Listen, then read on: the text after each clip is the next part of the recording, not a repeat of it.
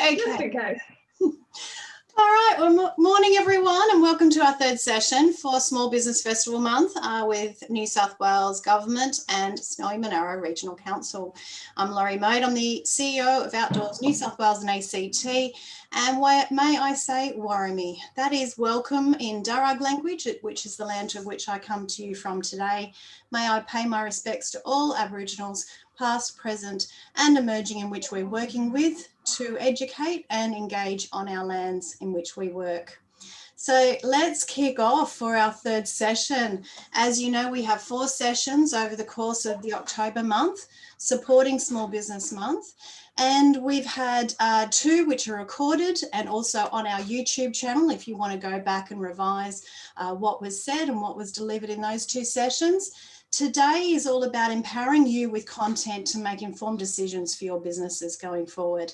And as we come out of COVID and as we come out into somewhat a normal environment, there's a lot of decisions that we're going to be having to make along the way. So hopefully the tools that this session provides you will give you that leg up to where your business needs to go next. A reminder on the 4th session. The 4th session is on the 30th of October, which is next week. And we have the ex-Vice President of Disney World joining us. Dan Cockrell will be telling us a lot about leading teams and how we need to instill a culture in our environment for the prosperity of our business when we have teams aligned with our business. So make sure you jump online and register for that one. That's going to be also a fabulous session. But today, may I present 2 amazing people. Stephen Garrard, who comes from the Hillshire Council, but he has a huge economic development background. And he does spend most of his life talking to small businesses and medium and large businesses on how to navigate the world to get a better business result for them. And he works alongside Hannah Stack, who's from Business Connect, which is also a fabulous resource for you to take advantage of. So look, without further ado, I'm going to hand over to Steve, who's going to control the rest of this session. And please remember your Q&A tab. If you want to ask a question, type it into the Q&A. If I find it's relevant for the current discussion, I will certainly jump in and let the guys know so they can respond to you. If it's relevant at the latter parts of the session, I'll call on you at that time. And if you want to speak, please just raise your hand in the attendees tab and we will allow you to do so. So without further ado, Steve, take it away. Thank you, Laurie. Welcome and good morning, everyone. Thank you to obviously Laurie and Outdoors New South Wales and ACT for inviting both myself and Hannah to present as part of Small Business Month and to present this presentation, Making Empowered Decisions. So just by virtue of what we're going to be covering today, myself and Hannah, we're going to cover off understanding your target audience, defining that target audience. We're going to create a customer persona, and then we're going to highlight some of the tools and resources that are available to cause all of what we're going to be presenting here to happen, to make it easier for you to better understand what we're covering off in today's workshop and how you can put it into action, because that's the most important part about today's presentation, is not listening necessarily to us, but putting into action what it is that we're trying to communicate to you. I'll also be covering off some government support, so local, state and federal government support, and some industry support that is available, which is a great segue into introducing Hannah Stack, who is a Business Connect advisor as part of the State Government Business Connect program, which is one of those government programs that we will touch on, which is a great resource for your business that you need to know more about. So without any further ado, Hannah, I'll hand over to you to go through your presentation in creating a customer persona. Yeah, thanks, Steve. Pleasure to be here. And I hope everyone gets something out of this. I've structured it in a way for some key takeaways, and I'm sure you'll have questions along the way. So the first thing, I guess, when we're looking at business and at marketing, there's so much noise when it comes to what to do. We have our friends and our family saying we should be on social, we should be doing a flyer, we should be doing this and that. And I feel like what happens is we all kind of get lost in what we should be doing and what we need to be doing to actually understanding what is effective and what will be better use of our time. And so I see a lot of businesses, and a lot of them have got that mentality of, oh, I need to put a Facebook post out just because I should. and not having any intention or any kind of idea on how to craft that. And so one of the things I start with in a lot of my sessions is to go back and go, who is my target audience?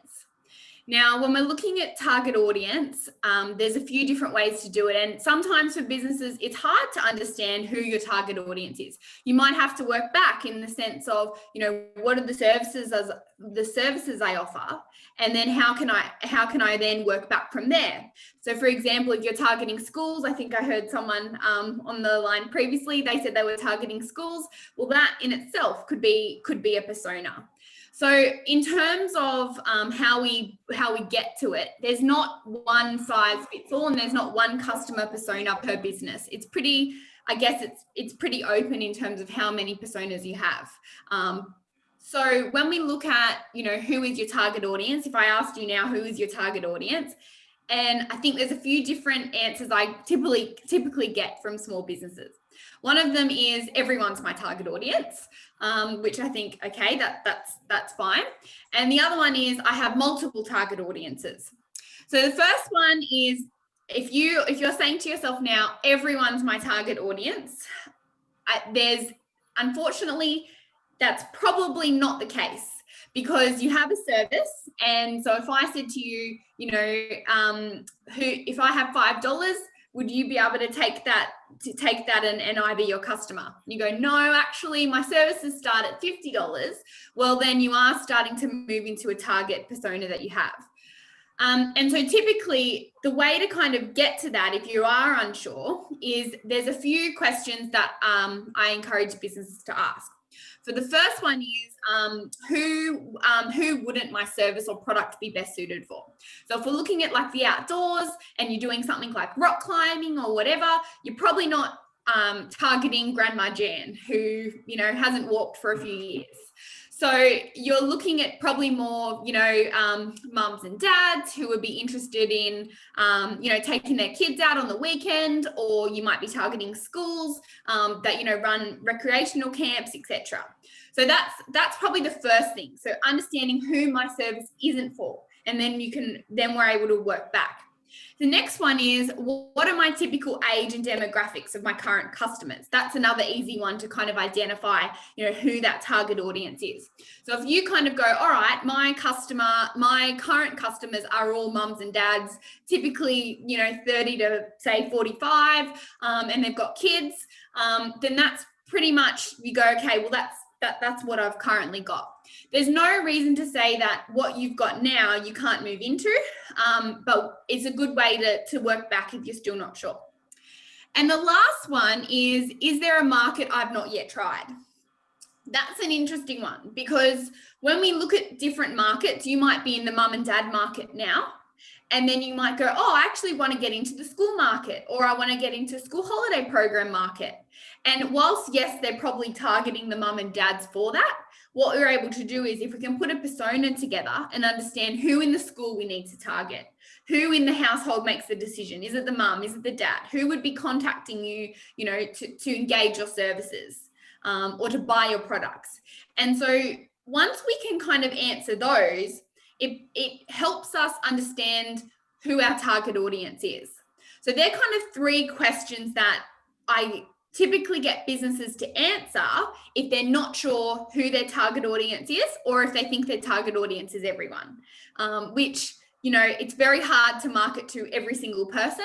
So if you can start to niche in and start to think, okay, this is where I do best for business, this is who I best serve, we're able to then get a more holistic approach and more targeted marketing. So that's the first one. Then what we're able to do is, once we've answered those questions, we're then able to identify how we can actually build this customer avatar, customer persona. And essentially that's why that first part's important, because you can't actually get to this phase until you have a clear understanding of who my target audience is. Now, I've got businesses that typically have, some of them have one persona, some of them have 5 personas. It really varies. Essentially though, the more personas you have, the more complex your service offering can get in terms of marketing. So that's why I say to a lot of businesses, even if you just try a campaign that you put together a persona, you put together some marketing collateral, and that way it's a bit more of a bunched approach rather than kind of doing the persona for the whole business straight away. And so basically to get your persona, there's a few different steps we need to get through. And I guess what I've done for you today is just some key questions, and we can send them around after this presentation. But one of the most important things is from a marketing perspective, and a lot of my clients, we go through a probing phase. So it's easy to put, your gender, your age, your occupation, but we need to probe a little bit deeper. So which is what I'll show you to do. So typically when you've got your persona, say your persona is Grandma Jan, then, or, Mum Mary, then we go, her age, her gender, female. It can be female and male. Say it's 80% female. They make the decisions for the household. The age might be, 30 to 40. Occupation, she might be a working mum. She might be a stay-at-home mum. She might be looking for, stuff to do for her kids in the school holidays. We put all those dot points. It doesn't have to just be 5 dot points in that. It's as much as we can put about our mum Mary. Location might be Sydney wide. This is a good one to answer because it's good for Facebook demographics. If you're looking at boosting and things like that in Facebook, then you can go, okay, well, it's just Sydney, or it's just Blue Mountains, or it's just Castle Hill. And then we look at any other demographic traits in demographics. So is she time poor? Is she stressed? Is she looking for credibility? Is she looking for, variety of activities? Is she looking for something for her son that might have special needs? There's a lot of different things that we can put into the demographics. And the more we start to put in there, the more we start to build our person, which is obviously our persona. The next one is the goals. So these goals are not the business goals. They're the goals of our mum, Mary. So the goal might be that she can work and her kids and her kids can enjoy the holidays. That might be a goal. Another goal might be she wants to be the best mum that she can be. Those are the types of goals. It might be a short-term goal, might be she's looking for something to do for a child's birthday party that's coming up urgently. And a long-term goal might be looking at building a skill for her child, whether that's, rock climbing or swimming or whatever it is. Then we go into pain points. Now, this is pretty much pain points and common objections. I feel this is obviously my opinion, are pretty much the most important elements to your marketing persona. They basically help with content later.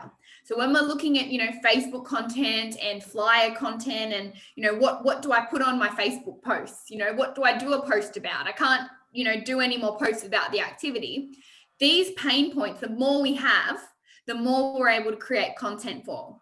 So for example, a pain point, what frustrates the persona? It might be that, that she can't find anything that's, nearby to her, or that, the service offerings only open 9 to 5 or something like that. So we understand the different pain points. It might be that, the school holiday program isn't like not a program tailored for every child, that there's one that's only for children that are athletic, etc. So they're really important. And really another pain point could be time poor, it could be stressed, it could be, busy juggling, household and everything they also do. So they're kind of the pain points. And in my next slide, I'll show you an example of ones that we have applied to a business. Then we've got communication preferences. So where are our personas?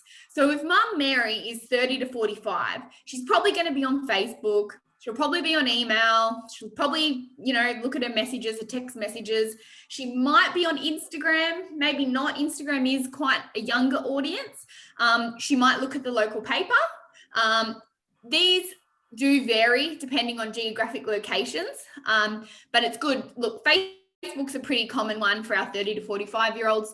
You've got to think like you're marketing to a Gen Y. They're pretty much in that community field. They might be on Facebook community groups. And really in this part, we note down where they are, because then what happens is we want to then market to them where they are on their platform. The last one, which again is for some businesses it's hard to do, for other businesses it's quite easy to do, is common objections. Now, common objections is why someone wouldn't want your services. So it might be that it's too far away, or the cost. If it's cost, what we need to then look at is how we can do messaging that cost doesn't create a barrier. So for example, if you're doing messaging like, oh, we're the cheapest and we're this, it's not like that. It might be, an adventure and selling the adventure that the children are going to have versus, and obviously with that would come the idea that, yes, it's going to be at, a $50 or $100 cost versus, messaging that's around that doesn't actually indicate that. So common objection is always cost, but we can overcome that with messaging. Another one might be that, their little Johnny doesn't know how to run, or, isn't confident swimming at a program that you do. Might be that they're already loyal to a competitor down the road, or it might be that, awareness. That's pretty much the biggest one I see for all businesses, is actually awareness. People don't know about your services that you're offering. And so basically what we then do is we look at the common objections and go, okay, where can we put content with that? For example, it might be a frequently asked question Friday, and you do a Facebook post, and it might be, a common question we get at Camp Wallaby is my child can't swim. So what does my child do when there's swimming sections on? And then you might then put on a post, this is a common question we get asked all the time. Our programs are customized to the children's abilities so they feel comfortable. So it's really those common objections we want to get out of the sales process early. So then it's not at the end. So for example, you do all this hard work and attracting them, talking to them, sending quotes, etc. And then they go, oh no, it's too costly. So we want to try and get that up front to reduce our time as business owners to be able to attract them. So that's a pretty important point. So yeah, common objections and pain points are pretty much the key to these personas. So that's just an example. So now what I'm going to do is I'll go through an example. And before we move on, I've got a question in the chat. How do you know which market is best for your business? That's a good one. I get that a lot. So I think it's about going back to those 3 questions and having a look at where best your services are. So for example, if you've got to look into your business first before we're then able to apply the persona element and the market element.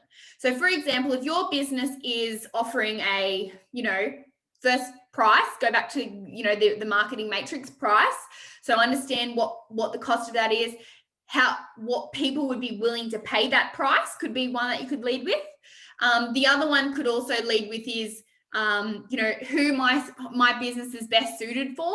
So, you can have multiple markets, but I think it's about looking and going, okay, let's put out dot points and go, who can't my service really help?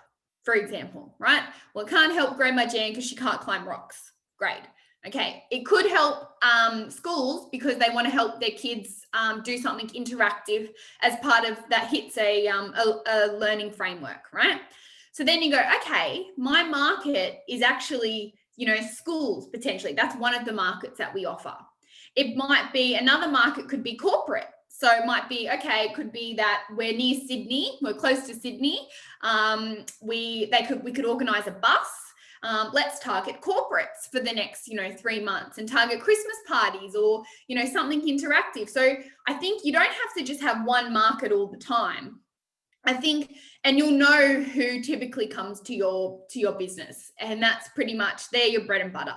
So they're the ones that will always kind of come. But I think when we're looking at markets, looking at, the different opportunities that we can offer within the market, and then building a marketing campaign around that. Does that answer the person's question?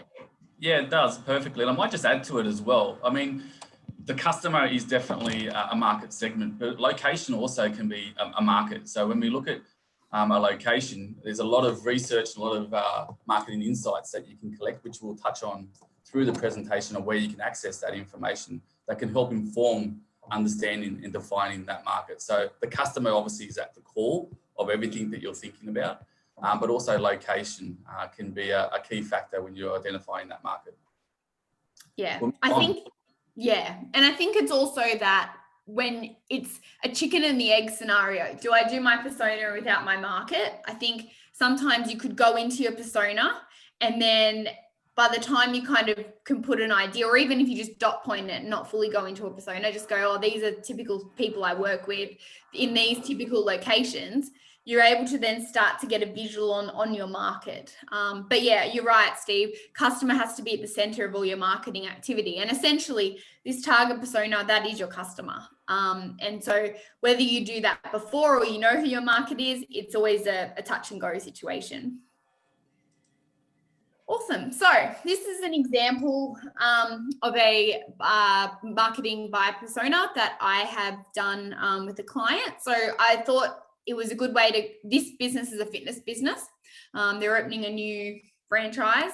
And so essentially the idea of this was to kind of show you, you know, what typically you would have in your persona. So you could go away and, you know, have a crack yourself. And then from there, it's also then I've got another slide on how to actually use the persona, because it's one thing to do a persona, but then it's how do I pick it out and use it effectively for my marketing. So this is Get Fit Kylie. It's not a business, it's a marketing persona. And I had a question the other day around, you know, why should I call why is there a name for the persona? And I think that was a really good question, because I think a lot of business owners, we kind of look at business as an extension of ourselves, our business. And we're very subjective when it comes to, you know, how we market, and we want it to look this and we want it to look that. But essentially, yes, whilst we might be our target audience and our customer, it might not always be the case. And so by creating a name for the persona, what we're able to do is we're able to separate ourselves in a way from our business and ourselves, and really kind of get an objective lens on it. And look, the persona documents, these are always evolving. You might, you know, have a few wins around corporate and you thought, oh, I've never thought about that type of market. And then you go back and you go, okay, let's do a persona on that. And you deep dive, and then you might put some messaging and some collateral around that you can give to corporates and attract. So it's really a live document, but the idea of the naming is really to separate your business and who it is. Plus also you can kind of talk about them as a physical person.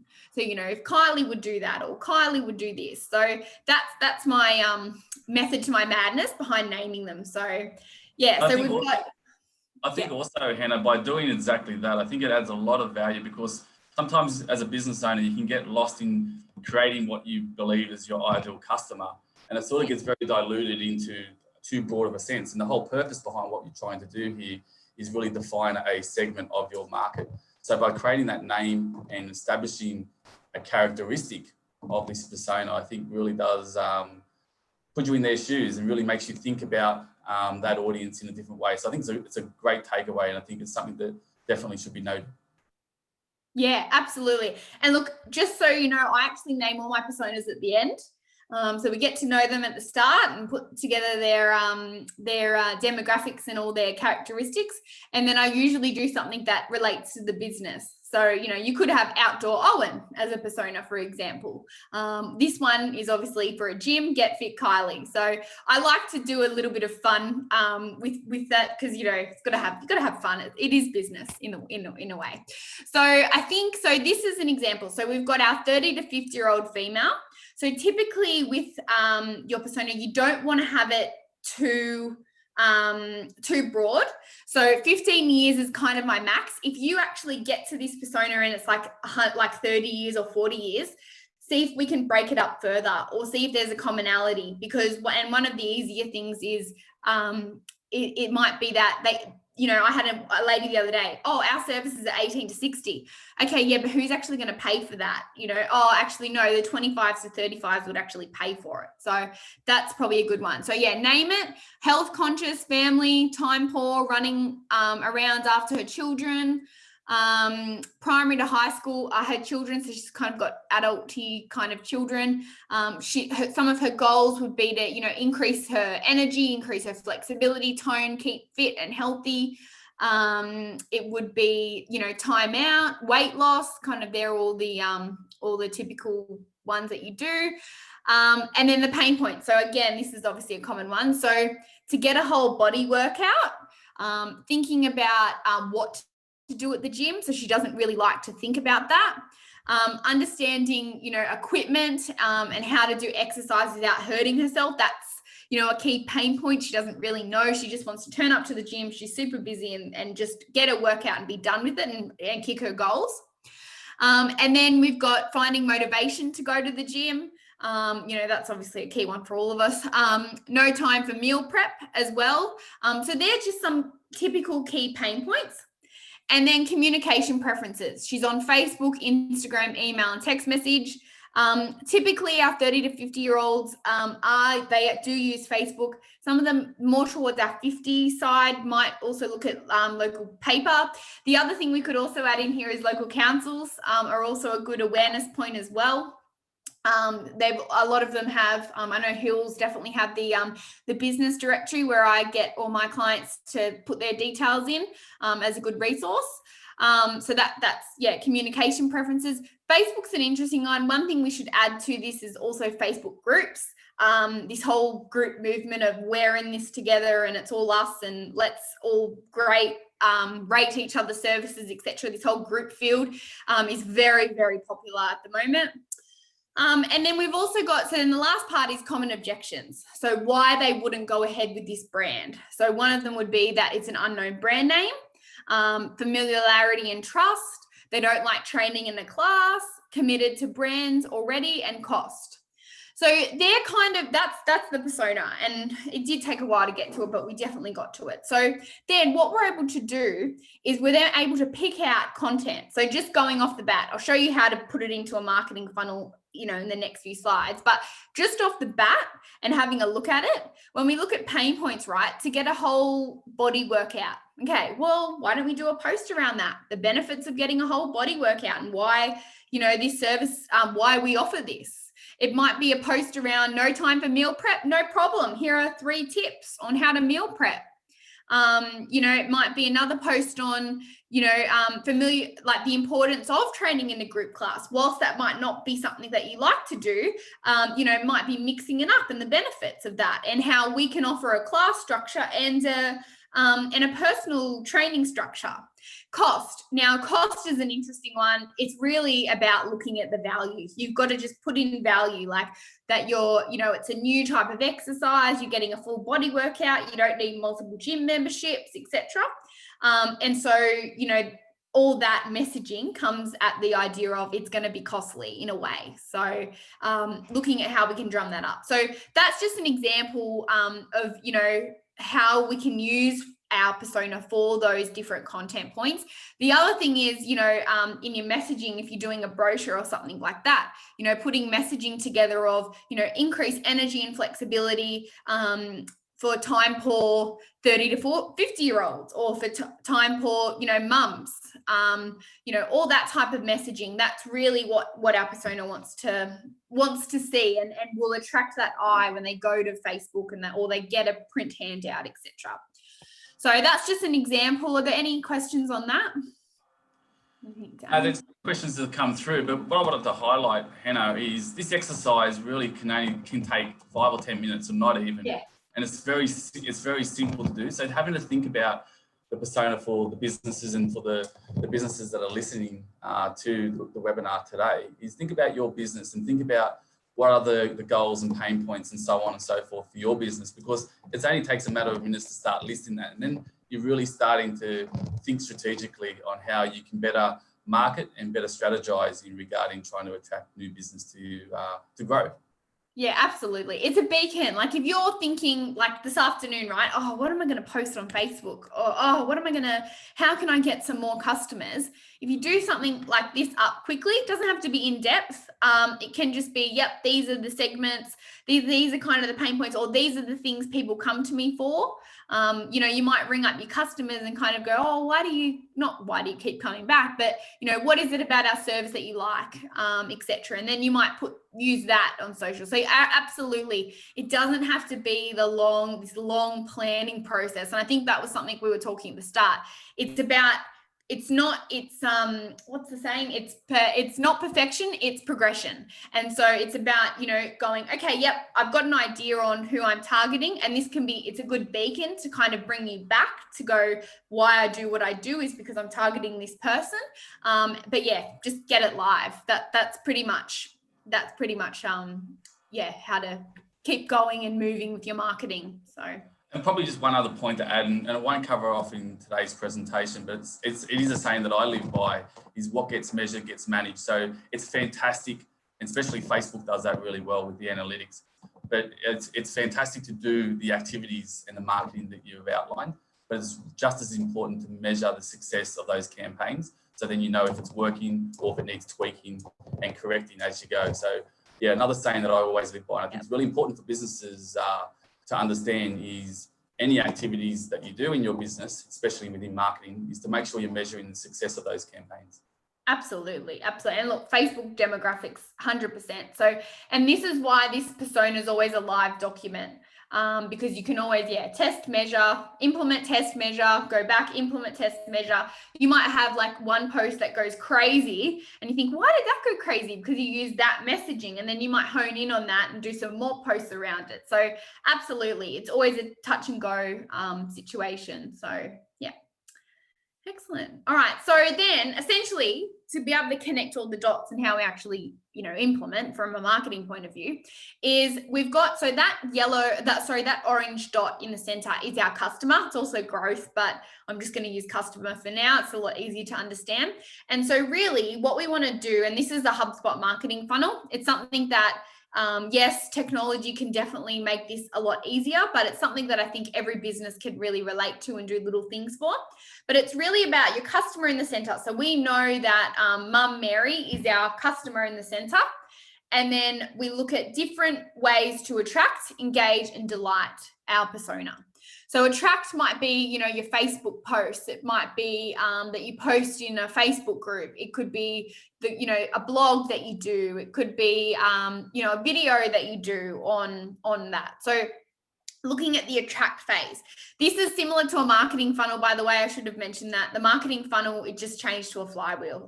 They just do it to confuse people. So really, it's just easier that if you look at the whole idea of it in a circle and it goes around. So attract is, that kind of top of the funnel, your ads, your video, your blogging, your social media. It might be a flyer that you do, etc. Then we go into our engage, and our engage is really when we know who they are, because attract, we don't really know who they are. When we know who they are, and that might be that they sign up to your email list on your website, or they they might inquire, etc. We then look at engage. So looking at email marketing. Do you send out like some tips or general upcoming updates?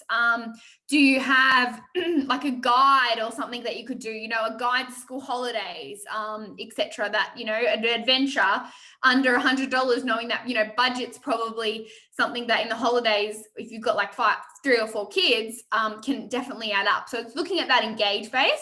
And then delight. Now it's funny, a lot of businesses don't actually, everyone focuses on this engage phase of I've got to put social media out, I've got to get more clients, which 100%, it's nothing wrong with that. And a lot of clients have issues with that. But this kind of engage phase we all can do because we all naturally are able to sell our businesses.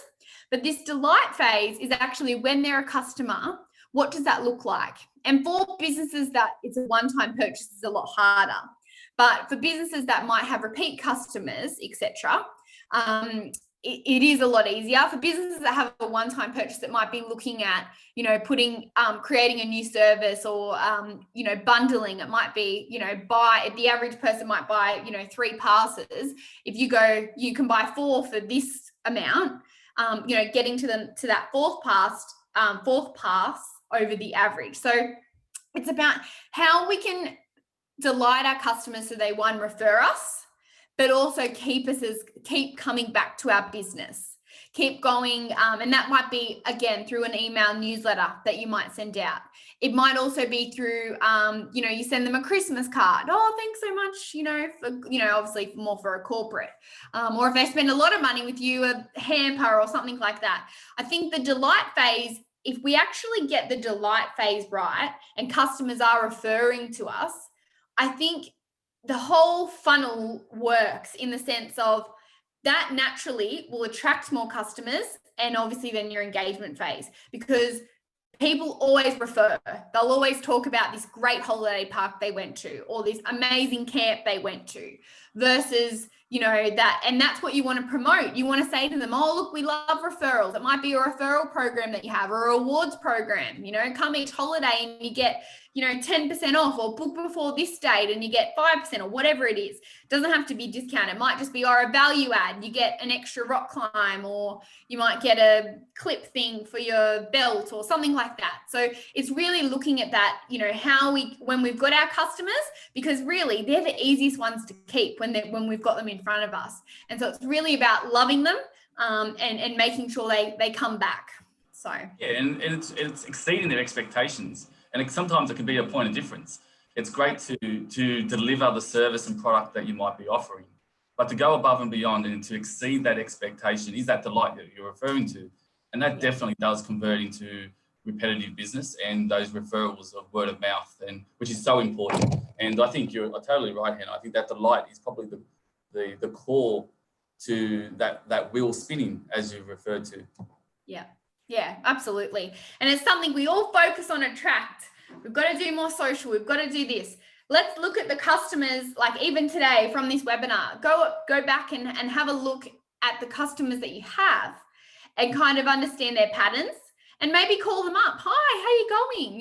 It might be that, oh, it's coming up to Christmas. We've got these holidays. Or, you do a MailChimp campaign out this afternoon that's got, upcoming holiday specials, book in now. It's really, loving our customers.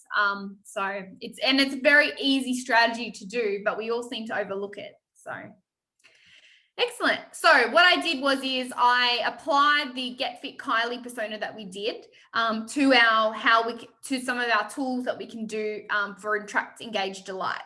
So for the Attract, Facebook post the blog around the benefits of training in a class, because remember one of her pain points was, she doesn't understand the benefits. She's got a lack of motivation and she didn't like training in a class. So that could be, a blog around, benefits of training in groups. The other one could be food prep and nutrition tips for time poor, because remember that was something that she didn't really have time to do. That was a pain point for her because we know food's obviously 80%, training is 20%. Tips on how to increase flexibility. That was a key goal for our persona. Here's 3 tips. One might be stretch in the morning. Another one might be have magnesium or whatever it is. Another one could be a frequently asked online session, so that they don't know about that type of training as a lack of brand awareness in the market. So they might create a Facebook event and do an online Q&A or a frequently asked questions where they could do a video.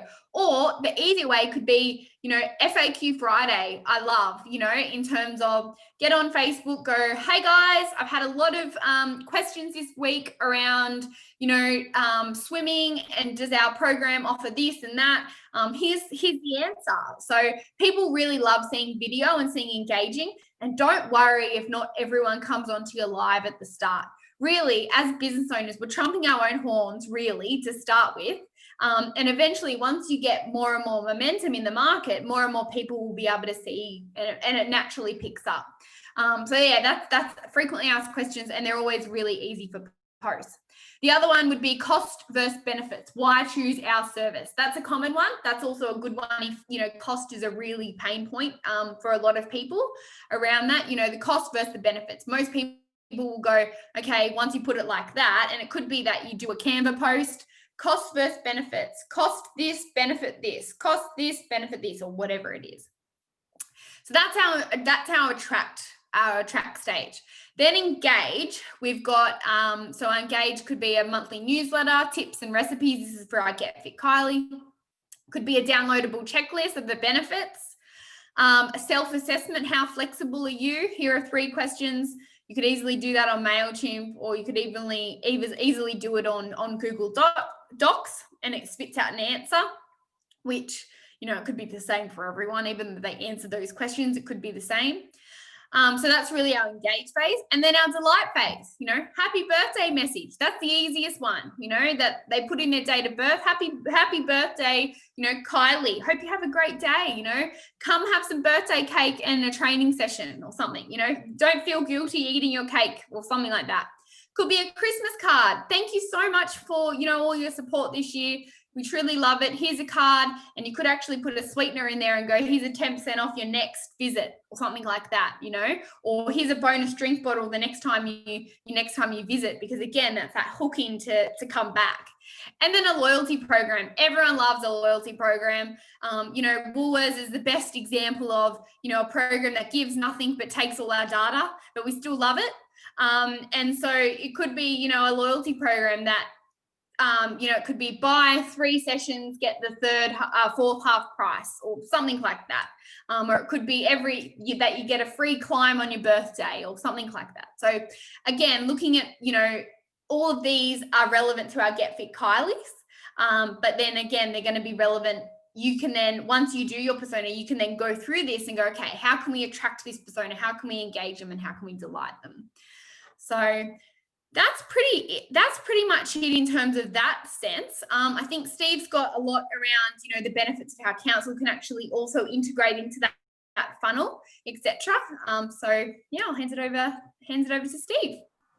Thanks, Hannah. I think that really does set a good foundation to some of the tools and resources that I want to highlight in today's webinar. And I think those tips and tricks that you've highlighted, Hannah, I think if anything, just going through that small exercise definitely will put you in the right direction to better understand your customer. Because the mistake that Hannah's highlighted, and I meet with thousands of businesses a year that I hear and see all the time, is unfortunately that answer to the question that Hannah highlighted earlier was, everyone is my customer, is something that I hear often. And unfortunately, what comes with that thinking is very much a scattergun approach to marketing, and it really does dilute the impact that you can potentially have. So with what Hannah's highlighted, using a similar example, I want to highlight some tools and resources that are available. But before I go into the detail of those tools that can help support some of the information that's been presented already, I just wanted to highlight the value of local councils and the information and support that they can provide. Because local councils aren't necessarily seen as a place for businesses to go to get support or to access information. But you'll be surprised to know that there is quite a large amount of information available through your local council. Now, some councils have different programs and focus in these areas a lot more, and others just have what I call the bare basics. And I'll cover off just the bare basics because those bare basics, I think, can add a lot of value to your business. And this demographic information that I'll be going into a bit of detail in, all councils have access to this information. It is on their website. It might not be necessarily highlighted on their website, but it is available, and I'll show you where you can access this information. Other support that they can provide is through community and business directories. Hannah's already mentioned that she refers her customers and clients onto council's local websites to list their business on these directories. And I don't say it's a value add to your business to list there because customers can find you on those business directories. The real value, because let's face it, they're not going to go to a local council's website to look for your business. But the true value of listing your business on council's directories is to add or to provide a higher opportunity for you to list higher in those Google searches. By listing your business on a business directory that has hundreds of thousands of visits a year, definitely will assist and rank you higher. So by virtue of the fact that it's going to help with the rankings of where you come up in those search results, is worth it in itself. And those business directories and those listings are always free on council's website. So I'd encourage you to have a look at that. Community grants, business grants, most councils do community grants and some do business grants as well. There's always opportunity there to access those grants.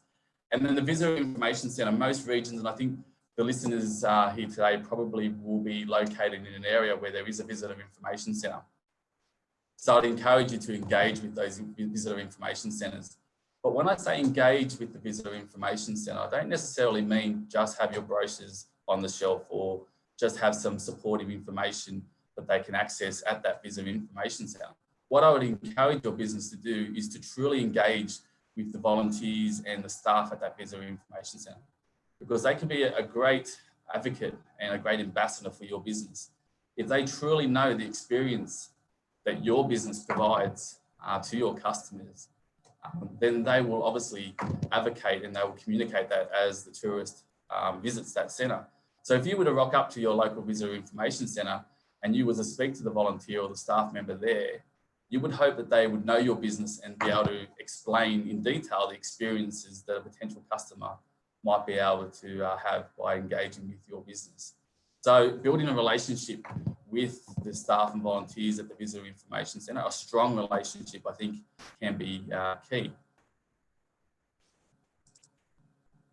So the demographic information that I'm referring to, all councils have this. And the main reason why councils have this demographic information, this suite of data, is so councils can understand the communities and plan better for those communities. But again, it's not commonly known. And I speak with thousands of businesses every year, and these tools, the businesses I speak with, aren't aware. And I think they can definitely add a lot of value to what Hannah's already presented on. So when we look at the target audience and that customer's persona, to really define the size of that market in your local area, in your local council area, or in your local region, can be extremely powerful. And the suite of information that is available on council's website falls into 4 categories, and I've highlighted 3 here, and I'm hoping to get through the 3 today. And that's the community profile. The community profile will look at what the community looks like today in your local area, in your region, and then historically how that's changed over time. And it's important to have a look at how that's changing, because as that demographic shifts happens and as that community change occurs, which will occur, it's important that you understand that change, so then you can change your marketing tactics within your business to be consistent with that change. The Atlas profile will bring all that community information, all that marketing insights and intelligence, and show you geographically on a map, even down the street level, where potentially that customer persona that's been highlighted. And I'll use the Get Fit Kylie example when I do show you these tools as a way to identify where those markets are located geographically down the street level, which will be extremely powerful in your marketing campaigns. The other one that I might get to touch on is forecast ID. So it's great to understand what the community looks like today, historically, how it's changing over time, but more importantly, it can be just as important to understand how it's going to look over the next 5 to 10 years. So you can plan strategically within your business to move with that change. So forecast ID will show you what the community might look like in the next 5 to 10 years. So I'm going to jump onto a live internet search and show you where you can find this information and these tools. Let me see how I go.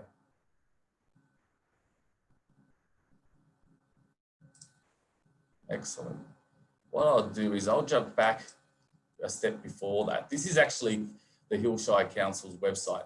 So I actually have a page called the Demographic Resource Centre. So not all councils will actually have it displayed in this way. But if you go to your local council website, and usually they have a search, if you type in demographic, you should be able to find a link to access some of this information.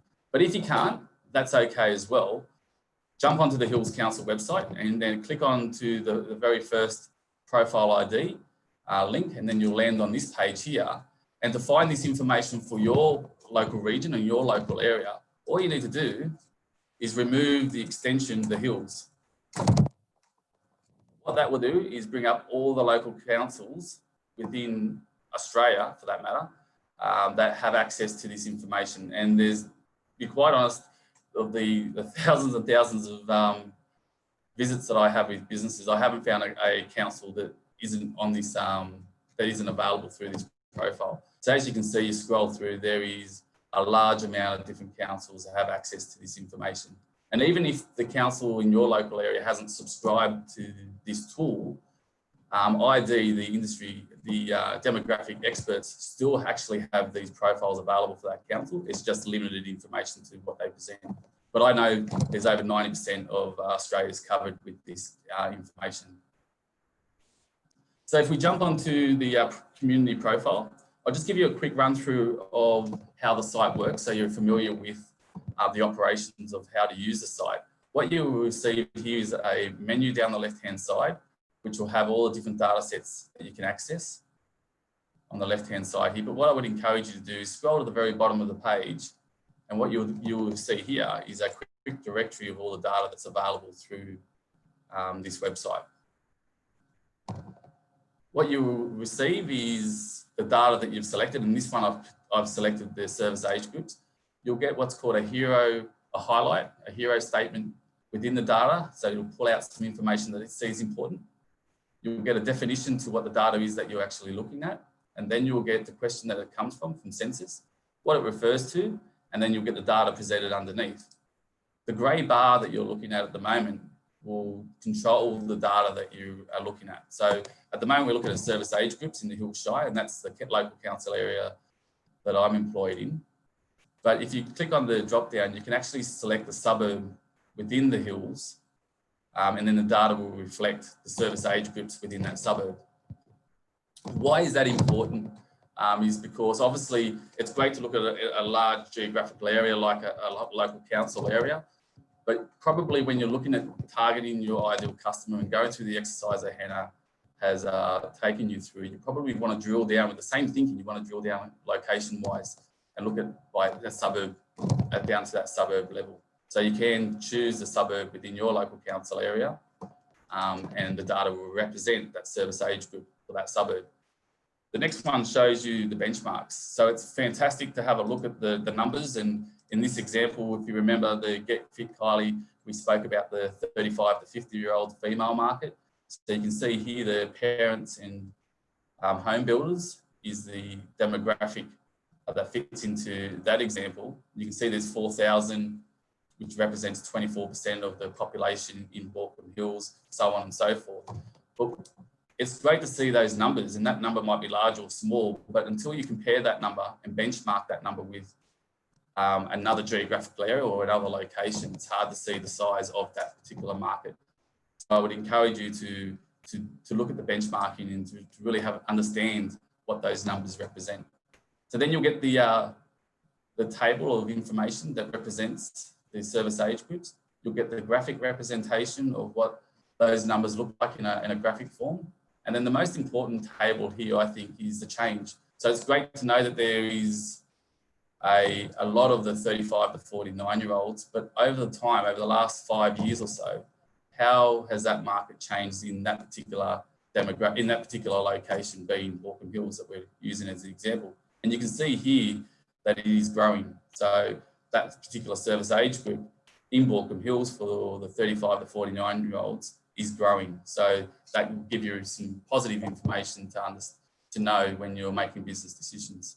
So that gives you a quick overview about how the site can be used in the sense of the community profile.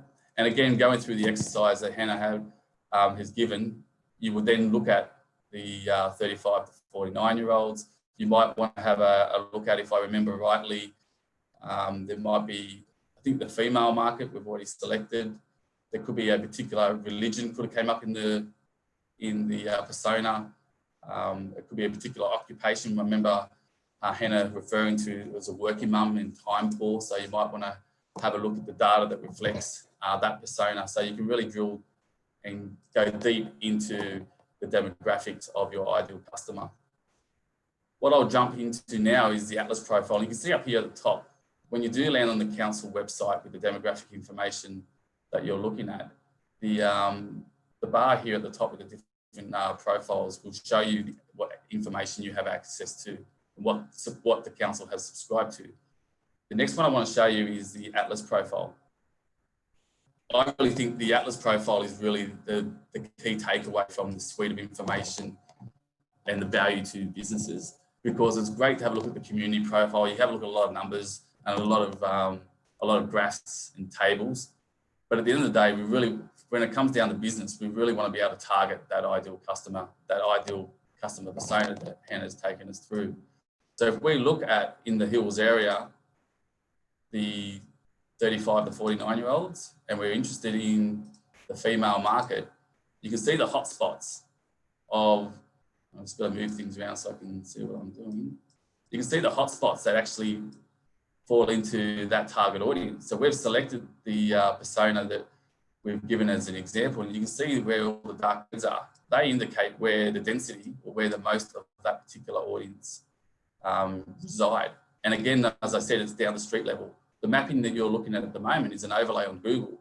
So what we can actually do is pull back the red, change it to satellite view like we have in Google Maps, and then we can really zone right in down the street level on that particular target audience. Again, the example we're giving is 35 to 49-year-olds in the female market. Now you can see there's a hotspot just over here. Without going into a lot of detail, if we zoom into this market and hover over the top, you can see of the 114 people that live in this little hotspot, 34 people, which is nearly 30% of the demographic in that area that live in that area, fall into that target audience of the 35 to 49-year-old female market.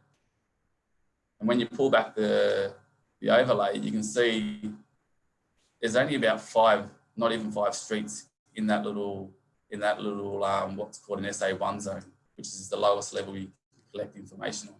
So if you found a target audience that fits your customer persona, and there's a hotspot in your area, or in your local government area, or in your region, or in a suburb, it'd be far better to target your marketing to those hotspots instead of doing blanket scattergun marketing, as I call it. So it's a different way to look at the information.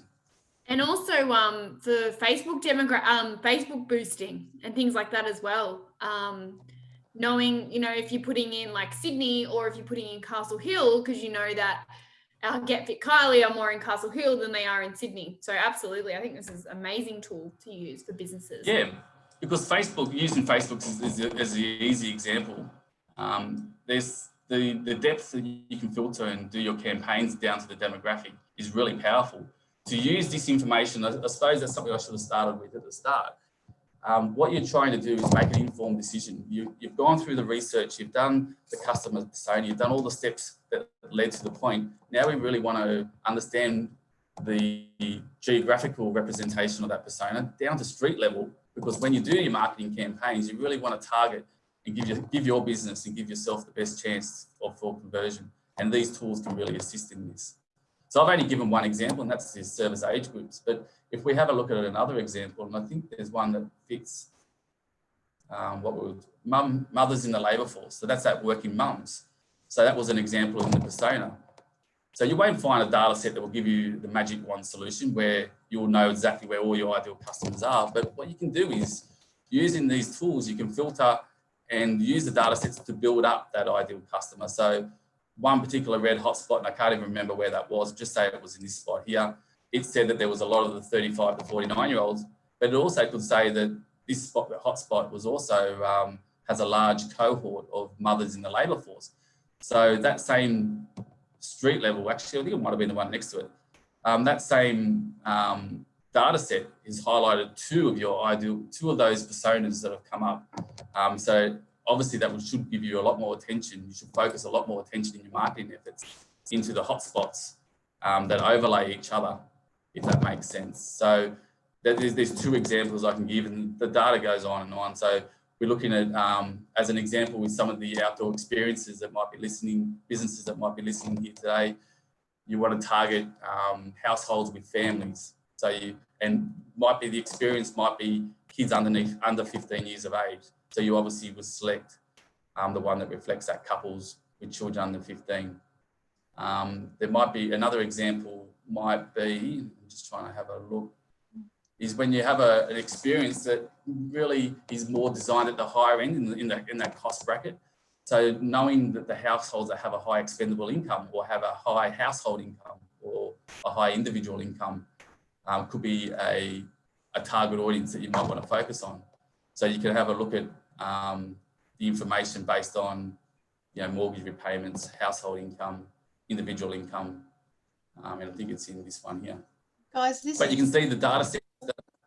Sorry, Laurie, go. Just a quick one. I just wanted to say this is awesome info. I just wanted to highlight that we've got 1 minute, but we will keep going because this is information that's, I'm sure everyone from comments I'm getting is finding incredibly useful, and we'll keep recording. If people need to jump off, they can certainly do so. But with 1 minute left to 10, I think we should still keep going and record. Perfect. Thanks, Laurie. I can speak all day about this demographic information, it is a big passion of mine because I know it is a tool that can really help and support businesses in making better business decisions. Because we know when businesses have the right information in front of them and they make better business decisions, it's going to give them the highest chance of success and to be able to grow. And that's the key outcome that we're all trying to achieve here today through the support that we're trying to provide. So the data sets, as I've sort of highlighted, it goes on, and I encourage you to have a look at the demographic information for your local area and go through the exercise that Hannah has highlighted in her presentation.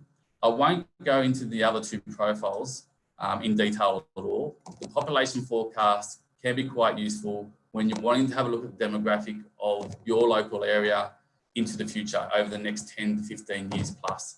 And then it does go into a fair bit of detail like the community profile does. And I'd encourage you to have a look at that, because a way that this can be used, and an example of this being used with other businesses that I've spoken with, if they're going for a business loan at a bank, they need to demonstrate growth in their business. They need to demonstrate there's a market.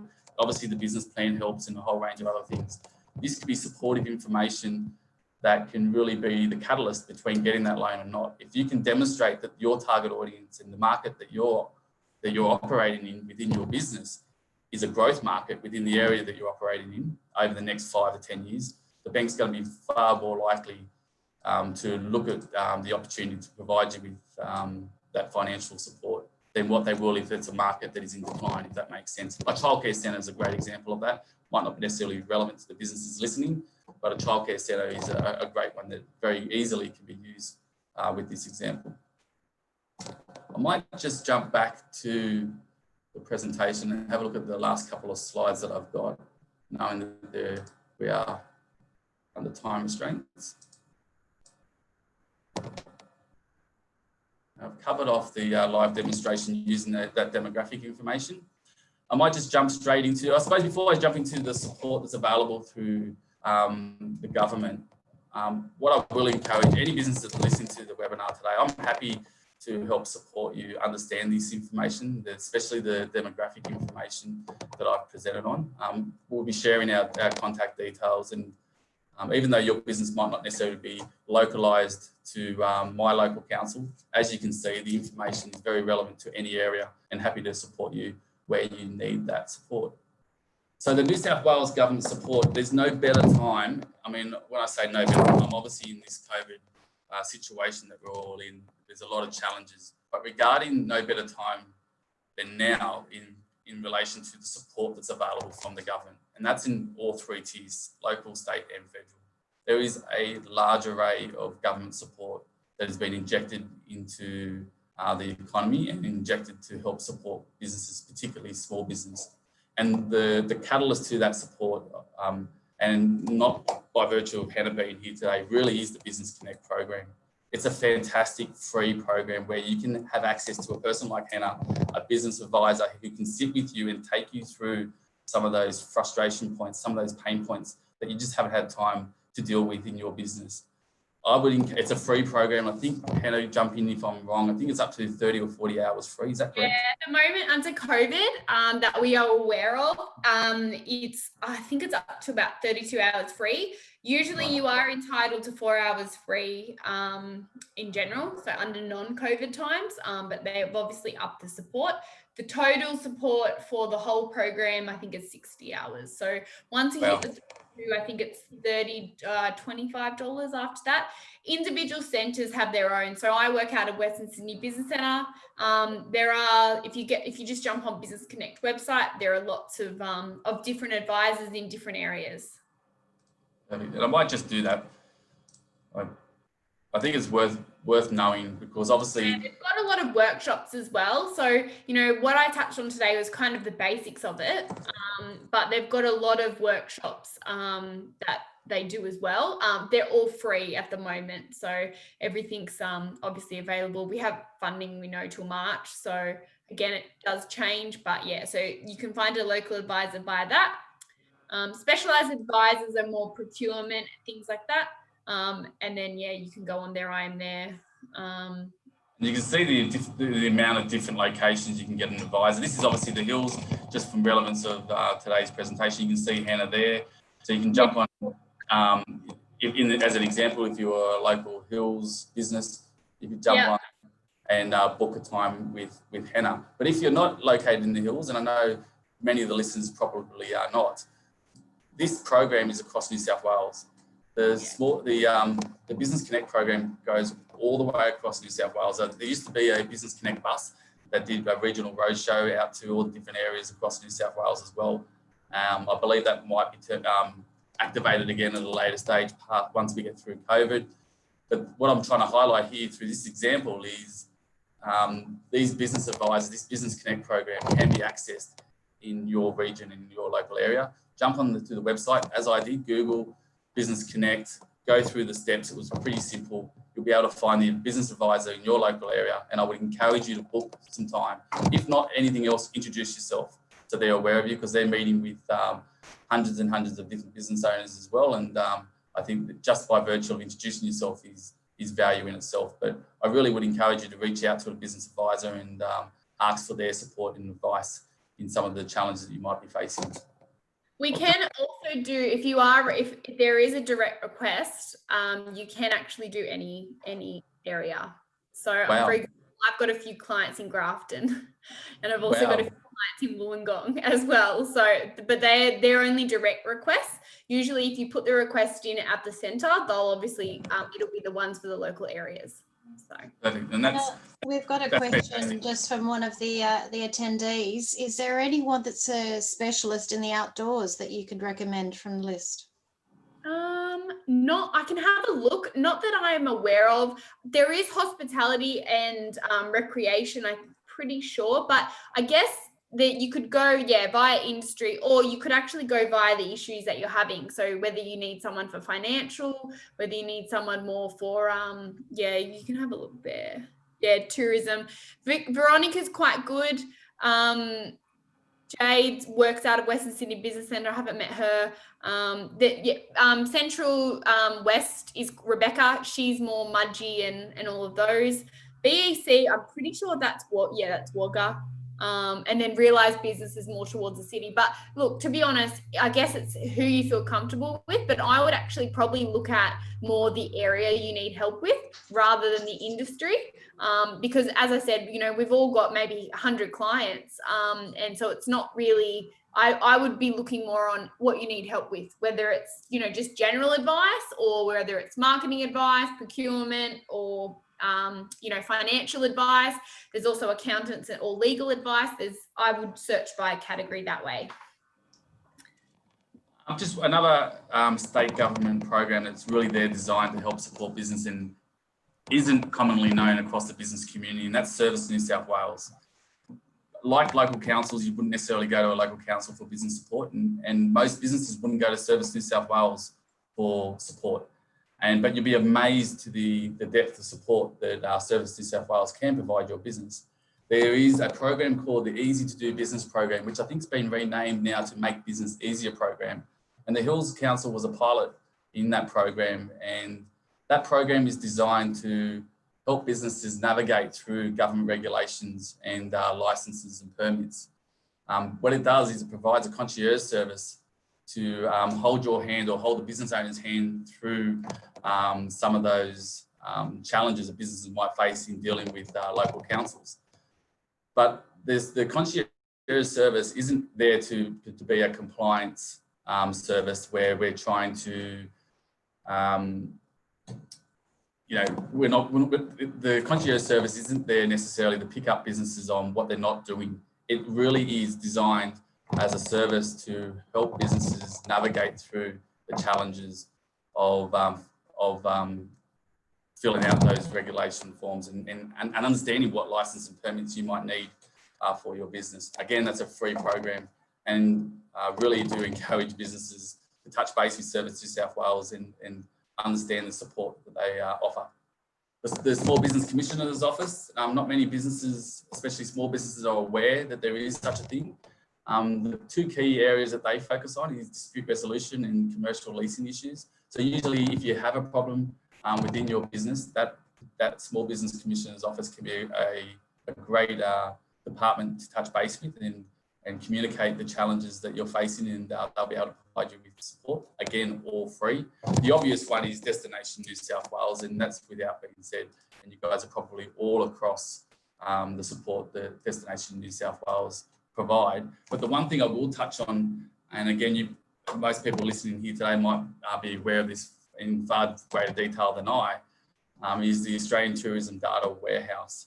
And why I bring that up is it's really understanding who's managing the listings in your region. So who is a distributor that are managing that database for Destination New South Wales in your region. Because by listing your experience on that website, and there is a criteria you need to